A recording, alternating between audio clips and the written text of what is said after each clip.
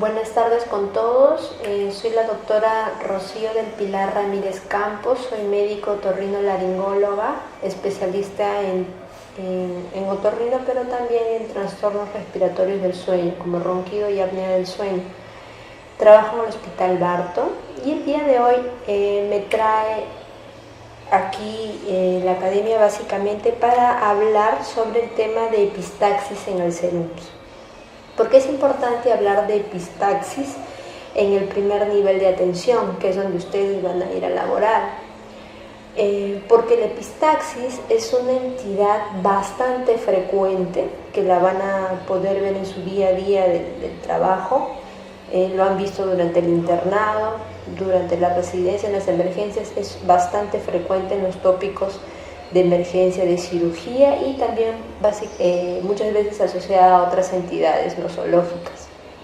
Entonces, ¿cuál es el objetivo de esta exposición? Sobre todo que ustedes puedan hacer un recordaris de toda la anatomía, la fisiología nasal, que puedan reconocer qué elementos son importantes que ustedes tienen que tener en sus centros o puestos de salud y que les van a servir para poder tratar este epistaxis. Entonces, cuando ustedes lleguen a sus establecimientos, van a hacer una revisión de todas las áreas y en la parte de farmacia ver qué medicamentos son los que cuentan.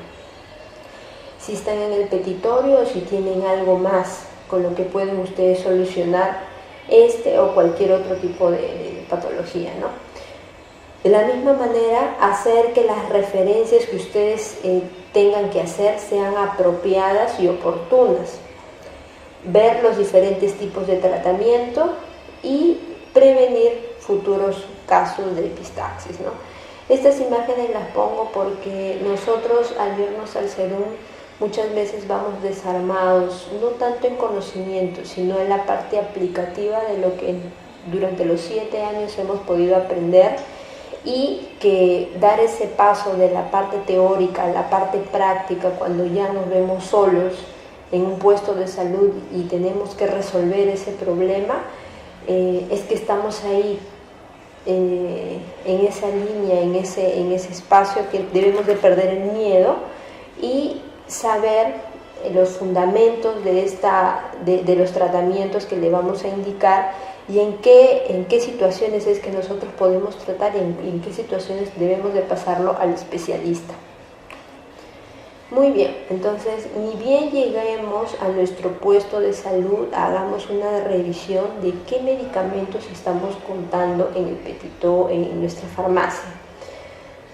Para manejar en especial la epistaxis, debemos de ver si contamos con epinefrina, por ejemplo. Esto les va a servir, ya que no solamente para las epistaxis podemos utilizarlo, sino para cualquier evento de anafilaxia que se nos pudiera presentar por otro medicamento.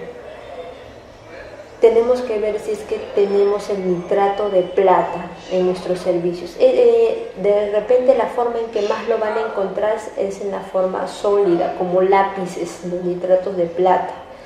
Eso también se puede utilizar para realizar cauterizaciones, que ya lo vamos a hacer más adelante. Lo ideal pues es que fuera en forma líquida, que es lo que vemos acá. Nitrato de plata puede ser al 30%, puede ser al 50%, igual nos va a ayudar para una cauterización tópica.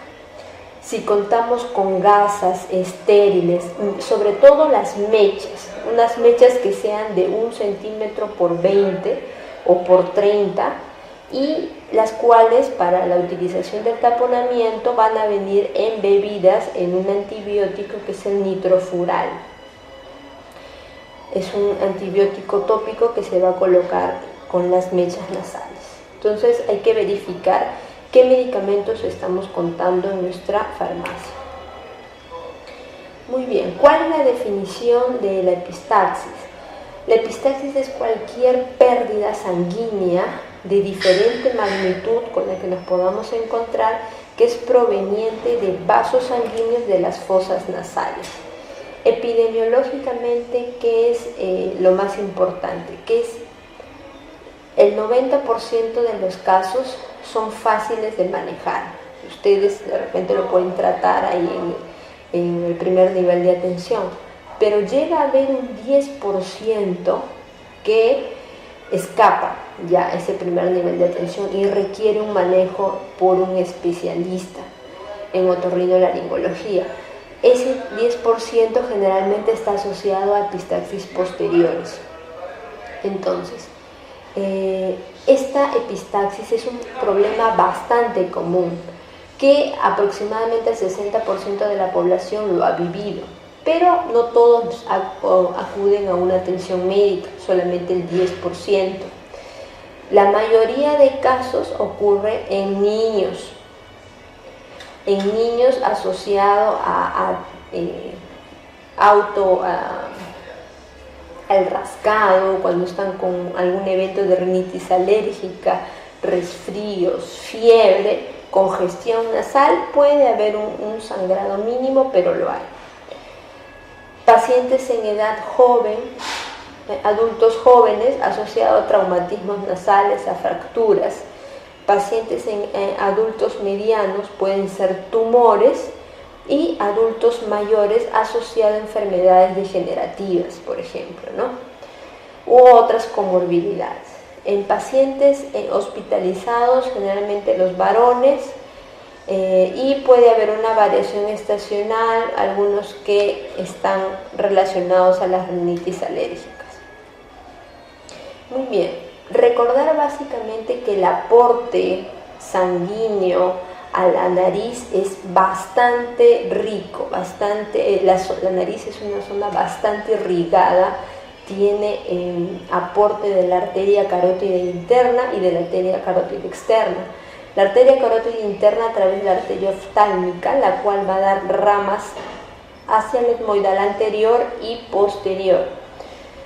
Estas van a irrigar a nivel de las paredes nasales, la arteria carótida externa a través de la arteria facial, labial superior, y algunas de sus ramas van a formar un área vascularizada, una red vascular, que es el plexo de Little o plexo de Kieselbach, que se conoce y es el lugar más frecuente de sangrado. Hay otra rama, una arteria maxilar, que va a dar hacia la arteria esfenopalatina, que es la asociada frecuentemente a epistaxis posteriores, epistaxis de mayor volumen, epistaxis más severas, epistaxis que requieren un manejo más especializado, mientras que el área de Little es una epistaxis de menos volumen, que se puede manejar y más fácil de resolver. Muy bien, entonces aquí vemos el aporte de la arteria esfenopalatina, cómo viene la arteria carótida externa, igualmente, cómo da sus ramas, y igualmente toda la vascularidad que va a llegar a través de las ramas, arteria etmoidales anteriores, posteriores al tabique nasal. Muy bien.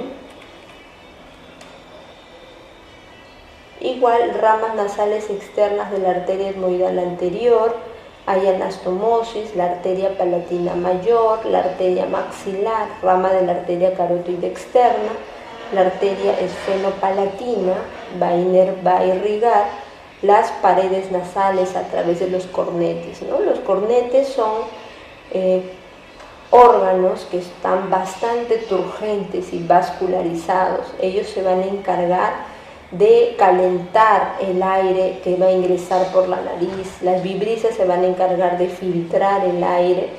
La mucosidad que hay en la nariz, la humedad, se encarga de humedecer el aire, y cada una tiene una función a nivel de la nariz, ¿no? Entonces, igual hay anastomosis, rama septal nasal de la rama labial superior de la nariz, cada una está irrigando algún área que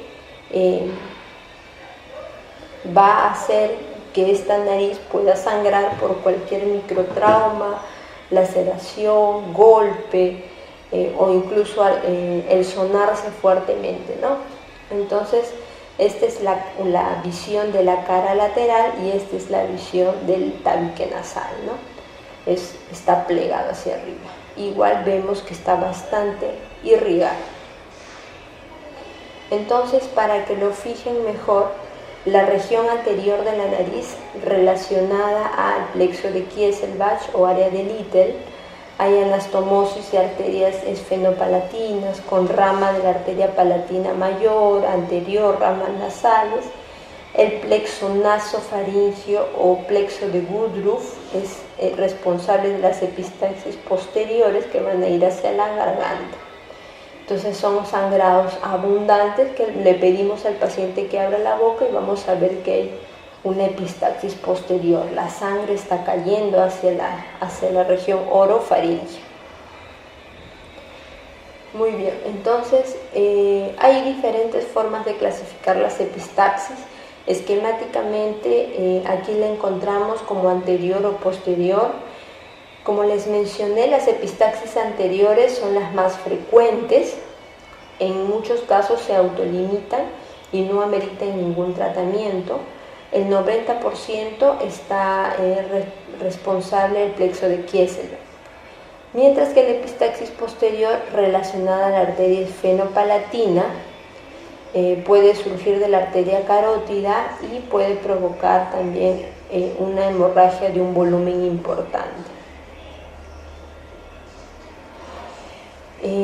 Causas de estas epistaxis anteriores: la manipulación, los niños sobre todo que se manipulan la nariz, la sequedad, la irritación de las mucosas, preguntarle al paciente si ha estado con fiebre ayer, hoy día, si ha estado resfriado, si se ha sonado la nariz muy fuerte, si está consumiendo algún tipo de medicamento. Hay algunos sprays nasales que cuando no se aplican bien pueden esfacelar la mucosa y eso ocasionar sangrado. Hay en la hiperemia de mucosas, cuando hay un cuadro sinusal, una sinusitis aguda, un cuadro bastante severo a nivel nasal o rinosinusal, puede haber también sangrado. Cuerpos extraños. Esto es importante porque aparte de la epistaxis y del sangrado que se pueda presentar, hay una rinorrea purulenta, hay una secreción con pus que tiene mal olor y generalmente es unilateral. Entonces, si ustedes ven que hay sangrado, pero a su vez hay mal olor en la nariz, hay que observarlo. Tenemos un espéculo nasal y nos encargamos de revisar para ver en qué área se encuentra este cuerpo extraño. Excoriaciones crónicas, pacientes que pueden tener perforaciones del septum nasal, que alrededor de la perforación se acumulan costras y secreción, y al salirse las costras es que viene el sangrado, ¿no? Para eso es que hay que hacer la rinoscopía anterior y revisar cuál es la causa de ese sangrado. Traumatismos, lo más frecuente, las fracturas de huesos propios nasales, ¿no? Fracturas de huesos propios nasales. Hay que palpar la nariz, hay que ver si está alineada, si está en el eje, si hay hematoma septal, eso se hace con la rinoscopía anterior, ¿no? Si es que ha habido un traumatismo. Radiografía de huesos propios nasales, si es necesario, para descartar este tipo de fractura. Muy bien, la etiología antero-posterior, como les mencioné, aparte de preguntar si está usando algún tipo de spray nasal, consultar si consume algún tipo de medicamentos, por ejemplo, anticoagulantes, vigilar el INR de los pacientes. Hay pacientes anticoagulados crónicos que se descompensan por alguna otra enfermedad concomitante y comienzan a hacer los sangrados. Tomamos el INR y se encuentra alterado. Entonces se regula ahí el INR para que el paciente no esté con el problema de la epistaxis. Enfermedad de Rendu-Osler-Weber, bastante común, vigilar las mucosas, revisar la mucosa oral si es que encontramos lesiones múltiples, multiformes, granulares, un poco violáceas, rojizas en toda la mucosa nasal o en la mucosa oral. Hay antecedentes familiares, preguntar si alguien de la familia también lo ha sufrido, si ya es de años, sí doctor o doctora, desde niño he sufrido de esto, varios en mi familia también lo tienen. Ahí vemos sobre Rendu-Osler-Weber, ¿no? Igual von Willebrand, si hay antecedente de que tenga hematomas, equismosis, en alguna otra parte del cuerpo, ha habido gingivorragia, hematoquesia o rectorragia, consultar algún otro signo que pueda estar sangrando no solamente por la nariz, ¿no? Aneurismas, tumores nasales, hipertensión arterial, algunos estudios lo asocian, otros estudios no lo asocian tanto, pero al fin y al cabo los pacientes es una unidad y deben de estar bien en todas las áreas que evaluemos, ¿no? Basta que una no esté yendo bien, nos puede afectar a las demás. Corticoides nasales, también consultar si están consumiendo, ¿no? Pueden causar epistaxis.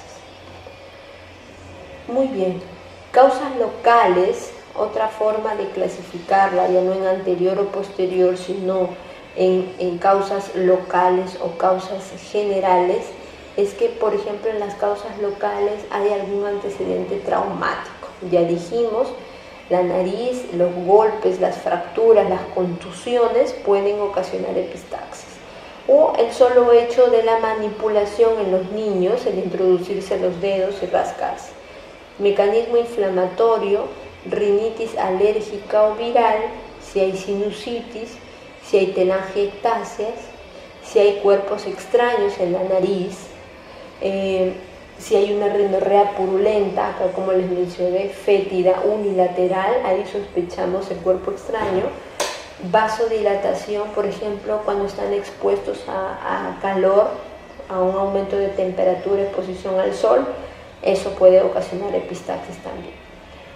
Neoplasias, pólipos, nasoangiofibroma, recordar bastante, estos son niños púberes o prepúberes, está asociado a sexo masculino, con tumoraciones que tienen una parte vascular y una parte fibrosa, ¿no? Que no es un cáncer, pero el comportamiento de agresividad que puede tener, de invasión y el sangrado que puede ser profuso, lo hace bastante peligroso, ¿no? Entonces, valorar la edad también del paciente. Ulceraciones, úlceras tróficas idiopáticas, usos crónicos de aerosoles, sprays para el tratamiento de las rinitis alérgicas, por ejemplo. Postquirúrgicos, pacientes que hayan sido operados, por ejemplo, de pólipos, de tabique, de punciones y comienzan a sangrar, ¿no? Entonces ya sabemos de qué lugar tenemos que sospechar que ha habido el sangrado. Enfermedades específicas, la lepra, la leishmaniasis, sífilis, rinoescleroma, enfermedades que me puedan perforar el septum nasal o ocasionar úlceras crónicas, y eso, costras y eso sangrado, ¿no? Entonces, descartar estas causas locales. Causas generales, enfermedades febriles. Estas enfermedades febriles generan congestión, desecan la mucosa y ocasionan pues la epistaxis, ¿no? Vasculopatías, cualquier enfermedad que provoque fragilidad vascular.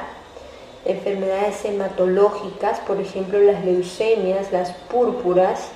Fármacos y drogas, anticoagulantes, alcohol. Enfermedades endocrinológicas, diabetes, feocromocitoma. Otras causas es el embarazo, el aire seco, pacientes que están con cánula binasal y el extremo de la cánula ocasiona laceraciones. El mismo aire seco que no esté humidificado también puede ocasionar sangrado. desviaciones septales, también irritantes químicos, contaminación ambiental, esfuerzo físico.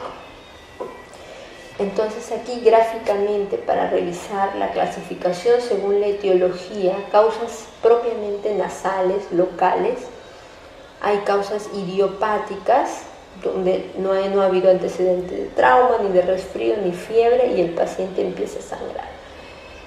Aquí, por ejemplo, vemos el plexo de Kieselbach, es como un árbol con diferentes ramificaciones, ¿no?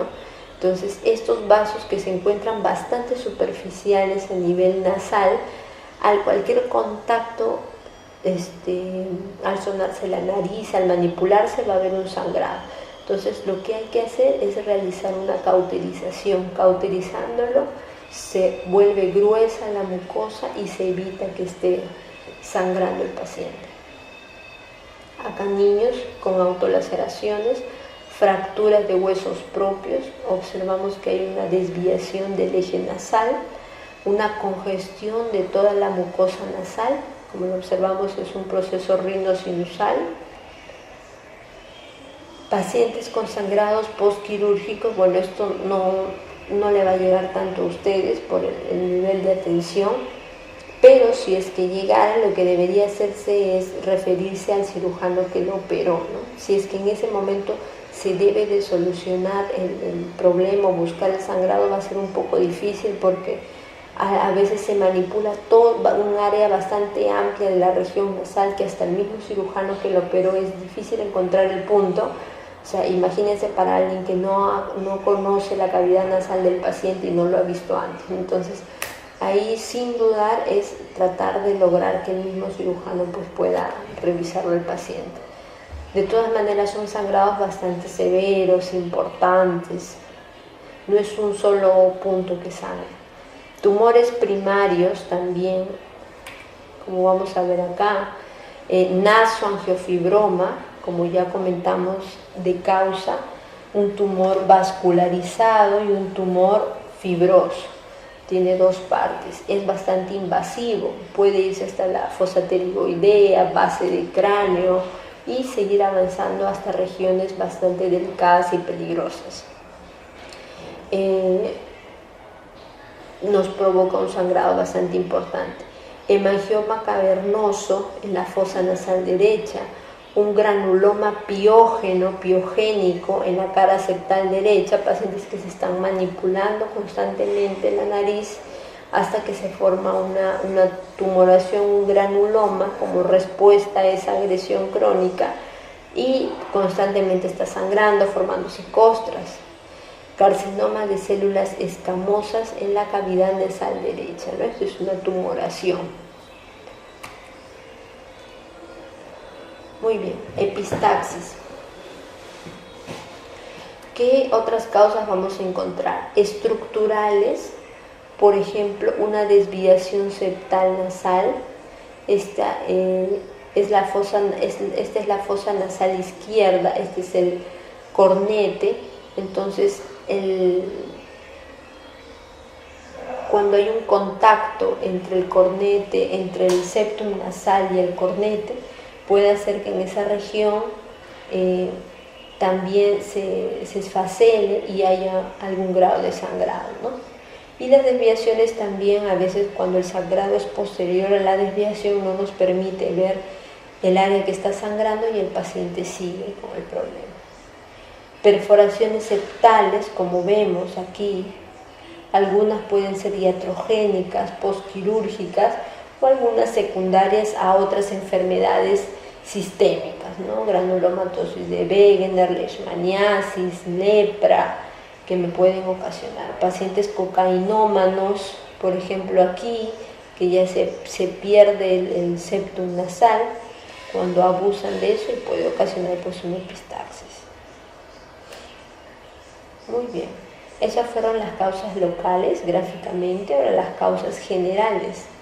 Enfermedades sistémicas como la granulomatosis de Wegener, como lo observamos aquí, costras en toda la mucosa nasal, telangiectasia de Rendu-Osler-Weber, como lo vemos acá, múltiples lesiones como un acúmulo de regiones muy vascularizadas que con sangrado crónico y herencia familiar.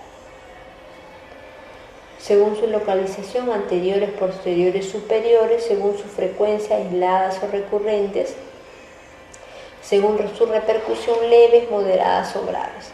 Entonces aquí observamos una epistaxis, un sangrado a nivel del área de Kieselbach. ¿Qué medidas generales debemos de tener? Ahora sí viene todo lo que corresponde al tratamiento. Entonces, para empezar, debemos saber si ese paciente, la vía aérea, el ABC. Tenemos que ver que el paciente mantenga la vía aérea permeable y qué tanto está repercutiendo el sangrado en su ventilación. Para esto tenemos que mantener al paciente en posición vertical. Si es que estamos viendo que todavía puede mantenerse, porque hay pacientes que ya pueden venir chocados o con alteración del sensorio, ¿no? Por ejemplo, politraumatizados. Mantenerlo así para poder ver el volumen de sangre que se está perdiendo, y también para que el paciente no vaya a aspirarse la parte de la sangre hacia pulmones. Sugiere en alguna literatura colocar una bolsa de hielo detrás del cuello, y lo más importante es hacer la compresión de narinas, decirle al paciente que no ingiera la sangre y colocar un acceso venoso de acuerdo al volumen que estamos viendo que se ha perdido. Entonces, compresión de narinas, como lo vemos en el gráfico, es un paciente que está sentado, se está presionando la parte más inferior, anteroinferior de las fosas nasales, está flexionando la cabeza hacia adelante, y ahí que espere aprox 5 a 10 minutos. Bien comprimida la nariz, y de ahí ya lo suelta. Se debe de haber controlado. La mayoría se controla así. Si el paciente tuviera coágulos a nivel nasal, hay que pedirle que elimine todos los coágulos por la boca. Si tiene por detrás de la nariz que están cayendo a la boca, jalarlos, eliminarlos, sonarse la nariz, y ahí comienza la compresión, que se comprima bien, porque mientras haya coágulos, el sangrado va a continuar. Entonces, verificamos que el paciente tenga una presión arterial controlada dentro de los límites normales. Si se encuentra elevada, hay que administrar antihipertensivos. Si se encuentra normal o el paciente está ya yéndose al shock, de repente hipovolémico, tenemos que dar volumen, expansores plasmáticos, colocar vías. A veces sí es necesario 2 vías, doble acceso venoso, y dar volumen. En ambos casos, ya sea que esté elevada o normal o disminuida, tenemos que colocar descongestionantes nasales, por ejemplo la nafazolina, la oximetazolina, lo pueden conseguir como Afrin, como Ritnat D también, y eso se colocan en algodones de 1 por 3 o 4 centímetros en las cavidades nasales, y siguen haciendo la presión nasal. De momento vamos consultando al paciente qué tanto ha perdido. Hay que preguntarle: señor, ¿es que usted se ha sonado la nariz y ha habido rasgos de sangre? ¿O es que usted ha comenzado a gotear? Si te dice, no, he comenzado a gotear, ha caído como un caño. ¿Qué cantidad ha caído? ¿Una cucharita de té? ¿Una cuchara? ¿Un vaso? ¿Un medio vaso? ¿Un cuarto de balde? ¿Qué cantidad es la que ha perdido el señor? De acuerdo a eso, si estamos sospechando que es una pérdida importante, que no solamente ha sido rasgos sanguinolentos, sino que ya puede comprometerlo más, hay que pedir hemoglobina, recuento plaquetario, factores de coagulación, y de acuerdo a ello colocar pues plasma fresco concentrado de plaquetas. Muy bien. Una vez de que hemos hecho el manejo inicial de compresión de narinas y tratar de manejar ese sangrado. Hay que eliminar todos los coágulos de la fosa nasal, como lo dijimos. Le colocamos los algodones, luego de 5 o 10 minutos los retiramos y vamos a comenzar a inspeccionar la cavidad nasal con el rinoscopio en la mano izquierda, como lo ven en la imagen. Va el espéculo nasal y en la mano derecha una pinza con la que nos vamos a ayudar a ubicar el punto de sangrado si es que lo hay, ¿no? Entonces, si cuando inspeccionamos la cavidad nasal nos damos cuenta que es una área bastante delimitada, es anterior, Kieselbach, acuérdense, lo más frecuente. Si el sangrado es leve, que moja un poquito, resuma un poquito de sangre, uno puede intentar la cauterización química. Eso se hace con nitrato de plata al 50%, al 30%.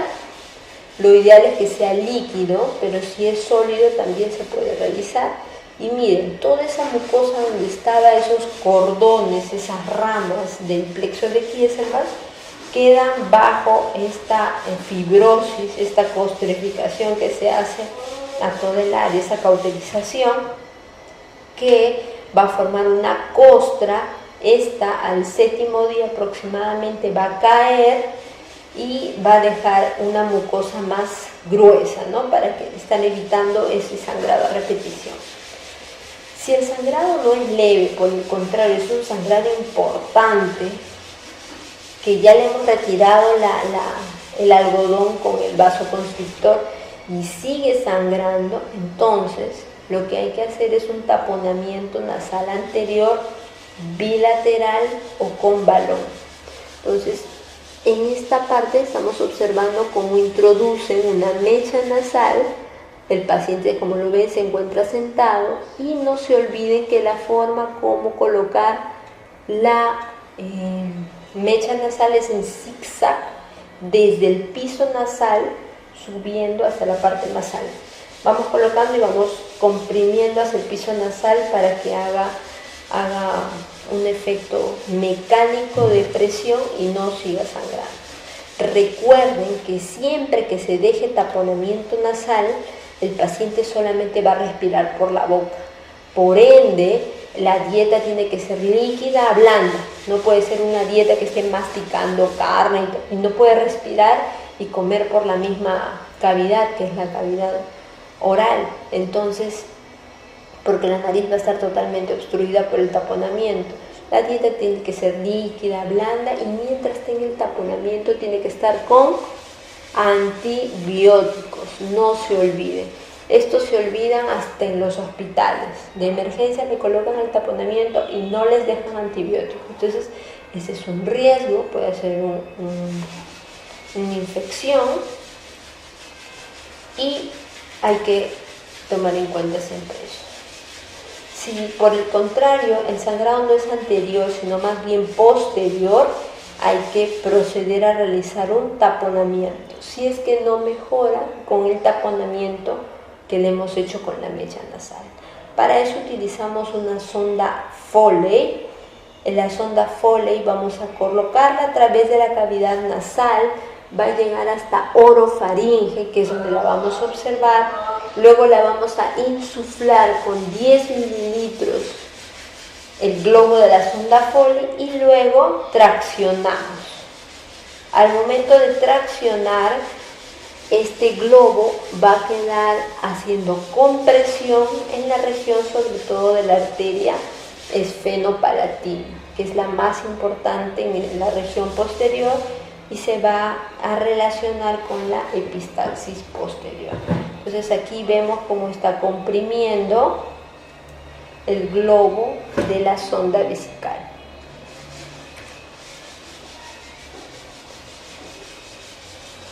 ¿Qué otros aditamentos se puede usar? Bueno, la tecnología cada vez avanza más y hay tapones que ya están confeccionados, no son mechas, no son gases, son tapones que tienen una sustancia que hace que, aparte de compresión mecánica, porque al introducirle agua se hincha, se expande este aditamiento, este tapón nasal,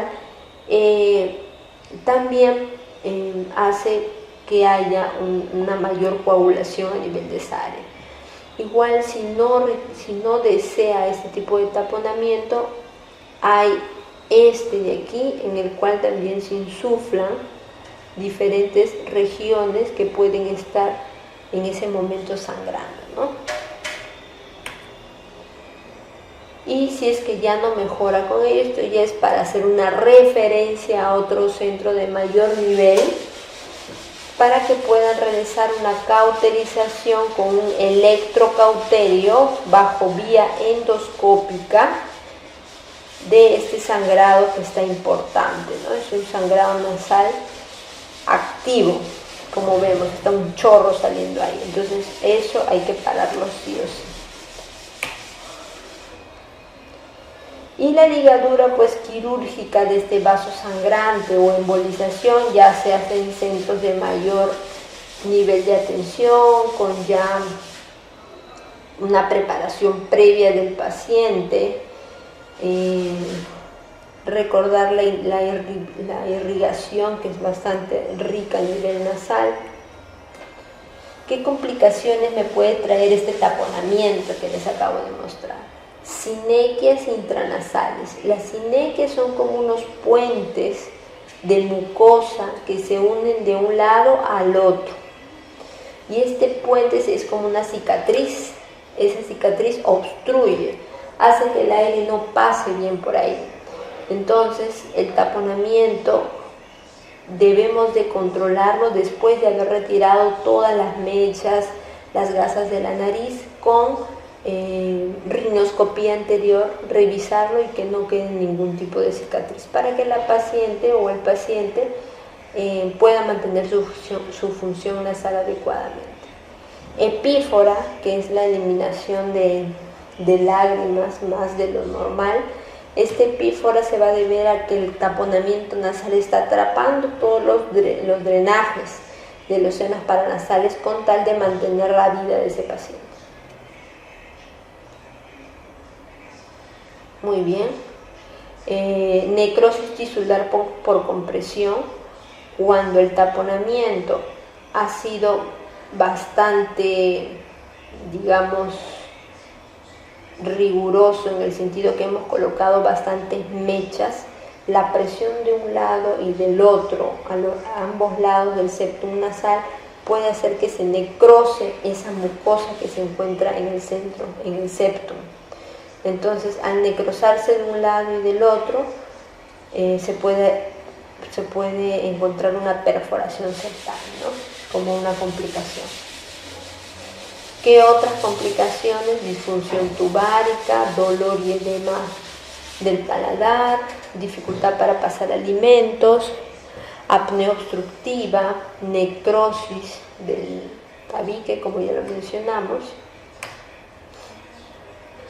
Esta es una de las causas más frecuentes, que es la fractura de los huesos propios. Se tiene que solicitar una radiografía de huesos propios nasales. ¿Y qué es lo que observamos?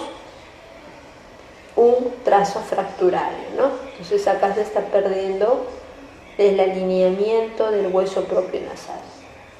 Igualmente, el eje de la nariz no está alineado, no está con una laterorrínea hacia el lado derecho. Entonces hay que palpar esa región, ver qué parte está hundida, y cuando nosotros solucionamos, alineamos, reducimos la fractura, el problema de la epistaxis en verdad que se soluciona. Entonces, en esas epistaxis que son traumáticas y que hay una fractura evidente, mientras no solucionemos, el paciente va a seguir sangrando. Descartar que no haya hematomas septales, que estos se pueden infectar y hacer abscesos septales. Siempre verificar cómo está el septum nasal a ambos lados. Acá tenemos, por ejemplo, un caso clínico. Si fuera un niño de 10 años que nos lo traen a la emergencia, a nuestra posta, a nuestro centro de salud, diciéndonos que hace 30 minutos se ha golpeado la nariz y está sangrando. Se observa que el sangrado es bastante anterior, dice acá. Está anterior y inferior del tabique nasal. ¿Qué medidas deberíamos hacer? Deberíamos hacer compresión digital. Se comprime y se flexiona la cabeza hacia adelante.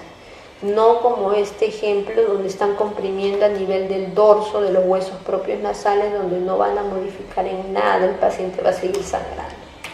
Hay que comprimir en la parte anterior inferior.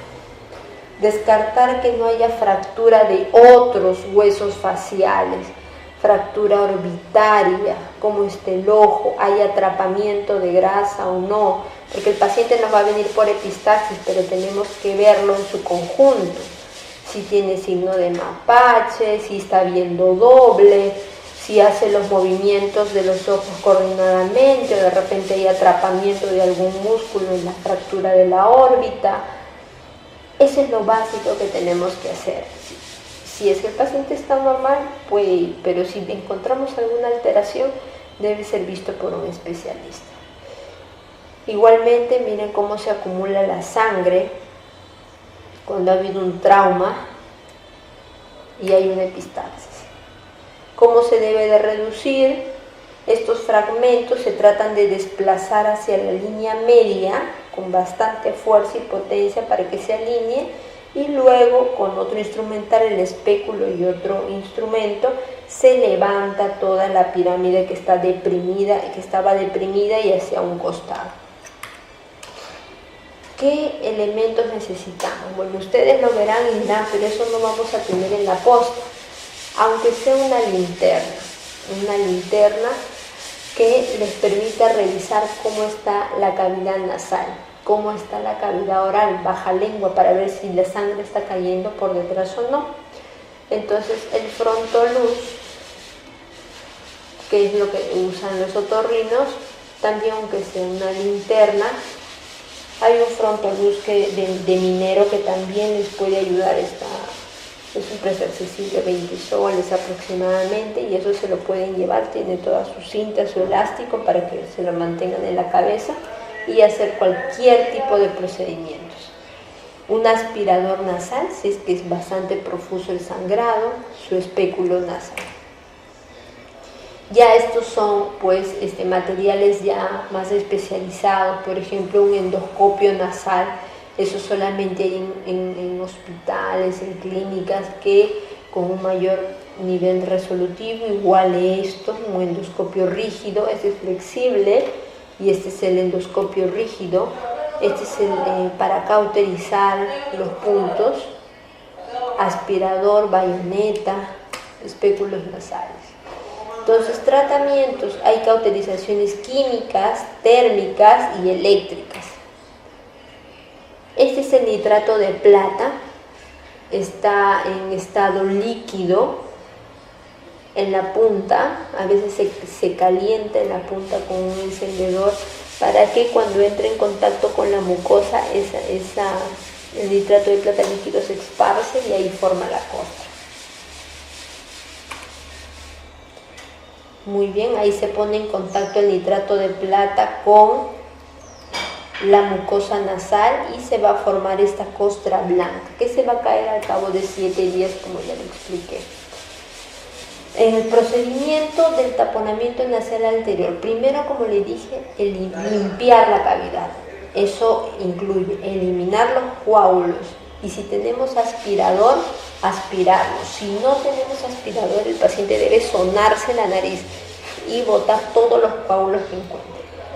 Luego, tratar de localizar el sangrado, o si no, colocación del taponamiento. ¿Cómo se coloca el taponamiento? Este es un corte sagital donde nos permite ver cómo está la cavidad nasal. Los cornetes están a los dos lados, o sea, el cornete está para el fondo. Y la dirección en la cual se debe colocar la gasa es en un zigzag. Si ustedes se dan cuenta, miren, zigzag, zigzag, No es que ustedes introducen la mecha nasal y como caiga dentro de la nariz, no. Si ustedes lo colocan así, el sangrado no va a remitir. Tiene que ser en un orden que permita mantener una presión casi igual en todas las paredes de la nariz, que no se presione un lado más que el otro, y conforme vamos avanzando va a ser de abajo hacia arriba. Primero se llena el piso se va comprimiendo y luego se termina en la parte más superior. Aquí, como por ejemplo con la mano izquierda se coge el espéculo nasal y con la derecha se va introduciendo la mecha nasal. Así queda. Finalmente se le sella con esparadrapos para que cierre ahí la nariz. Muy bien, aquí tenemos un video que lo vamos a pasar. Taponamiento nasal anterior con gasa. Entonces, este es el espéculo nasal en la mano izquierda, y si se dan cuenta, la mecha nasal en la mano derecha se coge con la bayoneta o pinza. Es una pinza que está angulada para que nos permita ver hacia dónde estamos colocando. Cogemos no del extremo la mecha nasal, como lo pueden ver ahí, sino dejando unos 4 centímetros más o menos, para que eso me quede hacia afuera. Si no, si ustedes introducen desde el extremo la mecha adentro, el extremo va a caer por la orofaringe y al final la mecha le va a aparecer por la boca. Mucho cuidado con eso. Entonces va colocando así, y si se dan cuenta deja este cabo aquí afuera, de modo que nos introduzca, tengamos un lugar de donde poder fijar el taponamiento y que no se caiga hacia atrás de la nariz.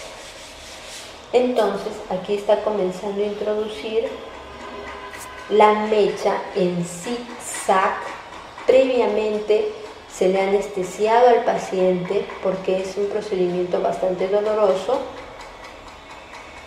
y tiene que hacer una presión interna a toda la cavidad nasal para comprimir esos vasos que en ese momento están sangrando, ¿no? Lo observamos el espéculo, la bayoneta, y esa mecha está impregnada, como les decía, en nitrofural, en mupirocina, en una crema antibiótica. No se olviden, después de colocar el taponamiento anterior, dejar analgésicos. Puede ser paracetamol de 500 cada 8 horas.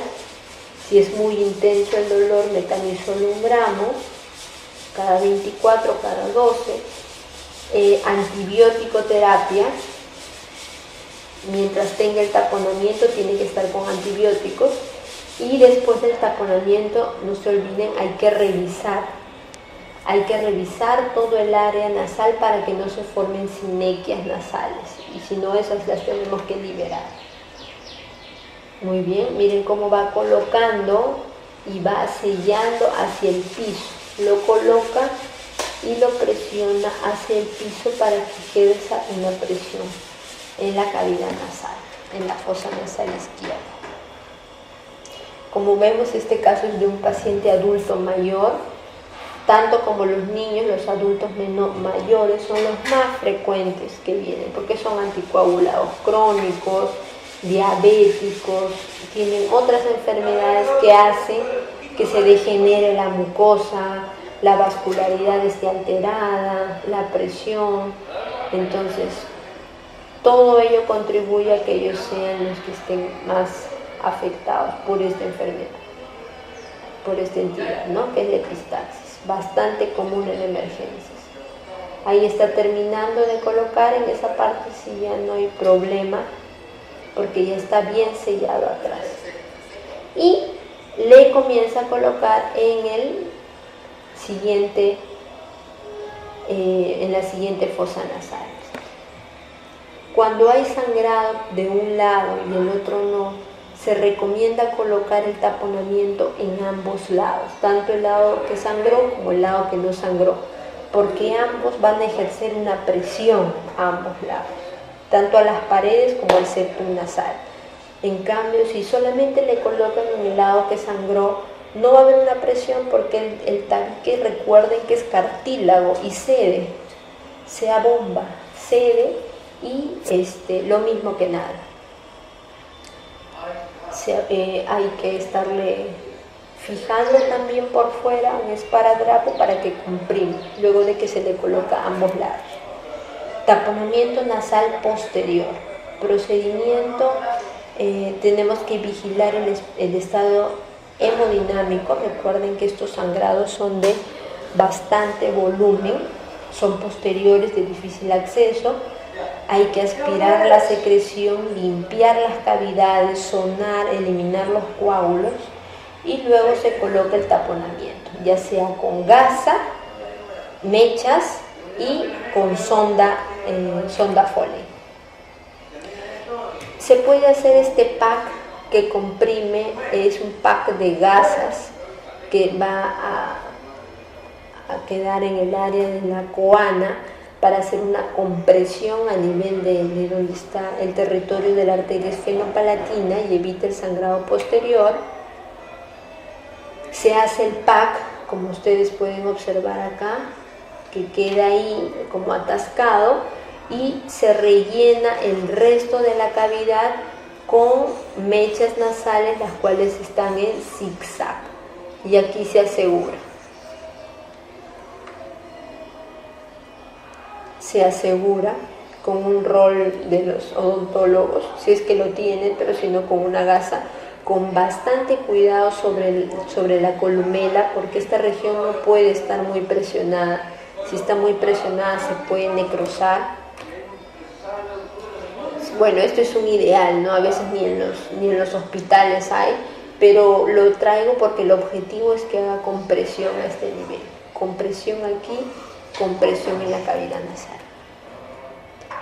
Muy bien, y esto es lo más común, lo que sí se hace en hospitales, en policlínicos, en centros de salud, en unidades donde venga un sangrado posterior. Acuérdense, la sonda Foley la van a introducir por la nariz, va a venir aquí, va a llegar hasta la orofaringe, la insuflan 10 cc, 15 cc y luego la jalan para que se atasque a nivel de la coana. Una vez que está duro y comprimiendo, que ya no sale por la nariz, comienzan a rellenar desde el piso. Acuérdense, se comienza por el piso y se va comprimiendo toda la mecha nasal hasta llegar hasta la parte más alta de la nariz.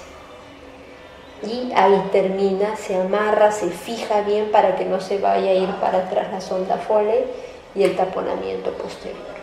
Bueno, este es en caso de que no mejore. Ya ustedes con el taponamiento posterior ya tienen que ir pensando que han solucionado el evento nada más y tienen que referirlo de emergencia a un centro de mayor nivel donde hay una especialidad en otorrinolaringología, ¿no?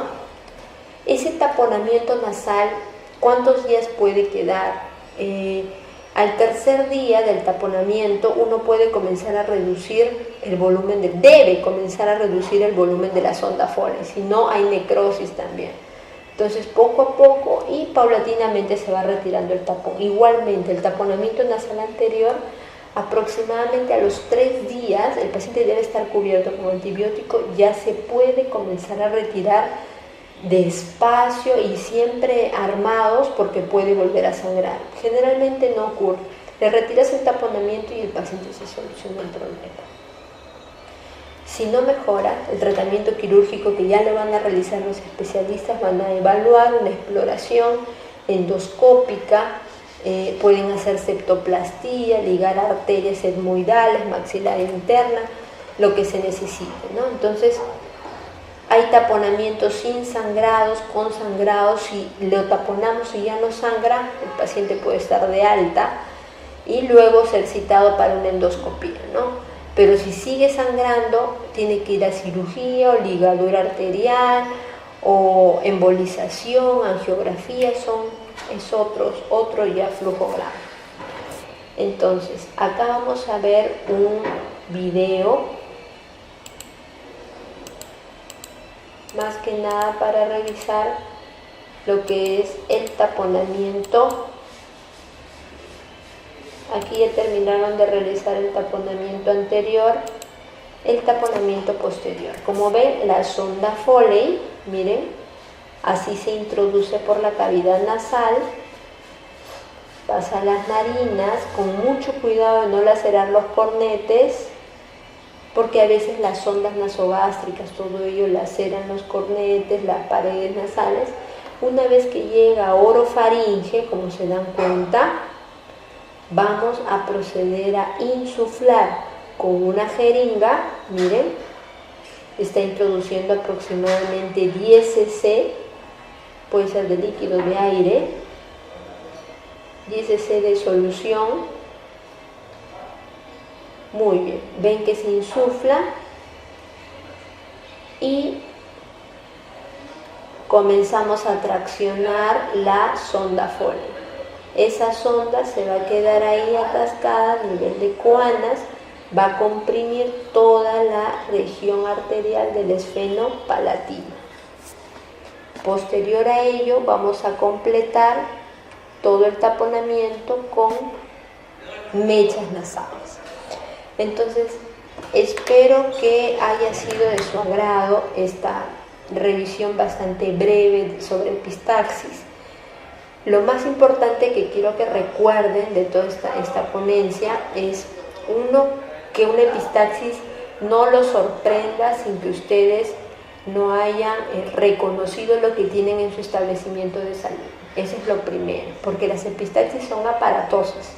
Los van a venir trayendo a un paciente golpeado, fracturado, toda la población sangrando, y ustedes en ese momento también se pueden asustar y tienen que ya tener todo armado, su epinefrina o su lidocaína con epinefrina, todo de manejo tópico, sus gasas, sus mechas y su linterna para ir revisando, ir taponando, y sobre todo darle la tranquilidad a los pacientes de que van a estar bien, porque ellos se asustan bastante.